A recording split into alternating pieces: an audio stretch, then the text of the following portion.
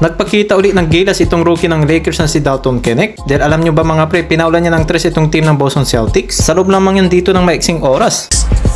Connect the triple. Oh! Hindi na nila dito napigilan ni Jaylen Brown at Kristaps Porzingis ang ifantik dunk dito ng day K4. Oh! To connect. What a throw! Matapos pa kasi dito ang solid shooting dito ni Dalton Knecht noong late November, kung saan napabilang naman siya sa Kia Rookie of Ladder dahil na nga sa magandang nilalaro nito. Yun nga lang, unti-unti ditong bumababa ang nilalaro dito ng Lakers rookie dahil sa ibinalik ito ni JJ Redick uli sa bench at nalimitahan dito ang kanyang mga oras na minsan ay konti lamang dito ang naibibigay sa kanya. Pero dito sa last 3 games ng Lakers ay nakita ulit ang kanyang outside shooting dito ni Dalton Knecht dahil nung laban nila dito sa LA Clippers dahil nakagawa dito ang Lakers rookie ng 10 points, 2 out of 3 mula dito sa Beyond the Arc. For three. Just his 13th. Sa last game naman nila dito sa kontra sa Wizard, 1 out of 2 naman dito sa 3-point territory. Maybe get a lob. Dalton for three.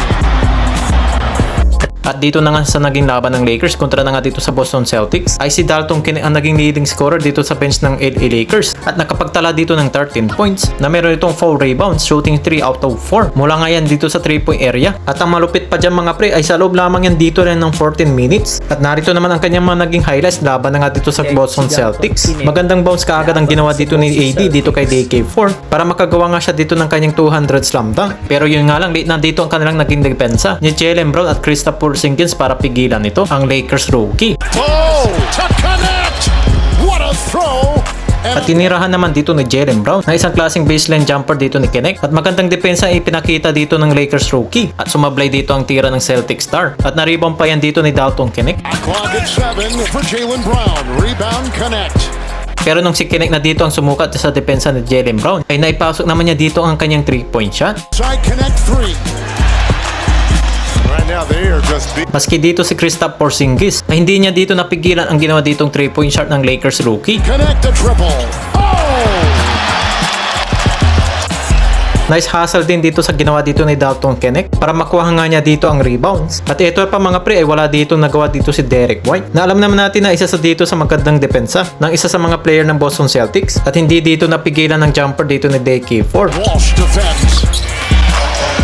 Double figures now for Dalton. At isang fake pa dito ang ginawa dito ni Dalton Knecht mula sa beyond the arc para maipasok niya dito ang kanyang ikatlong 3-pointer. Just palpable.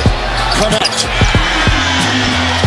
Maganda rin dito ang playing time na ginawa dito ng Lakers rookie para bumalik ang kanyang kumpiyansa dito sa kanyang paglalaro. Ano kaya masasabi nyo dito mga kapre dito sa kanyang naging performance ni Dalton Knecht dito na nga sa naging laban nila sa Boston Celtics? At natanong na nga dito kay Dalton Knecht ang kanyang first experience laban na nga dito sa team ng Boston Celtics. At sabi naman niya dito mga pre, the atmosphere a little different at kasama nga siya dito sa isang klaseng competitive na klaseng ganitong laban ay kailangan nga dito maging ready ng 120% sa lahat ng oras. At ito na nga kanyang mga nasabi. You know, from the start of the jump, you know, you could tell the atmosphere was a little bit different, and you know, it was good just to be out there and be competitive out there, and you know, we were making sure that we're going to be going 120% all the time. At ayan na nga mga nasabi dito ni Dalton Knecht, and we'll see na nga dito mga pre kung gagamitin na nga siya ulit dito ni JJ Redick sa magiging laban na nga nila dito bukas sa Golden State.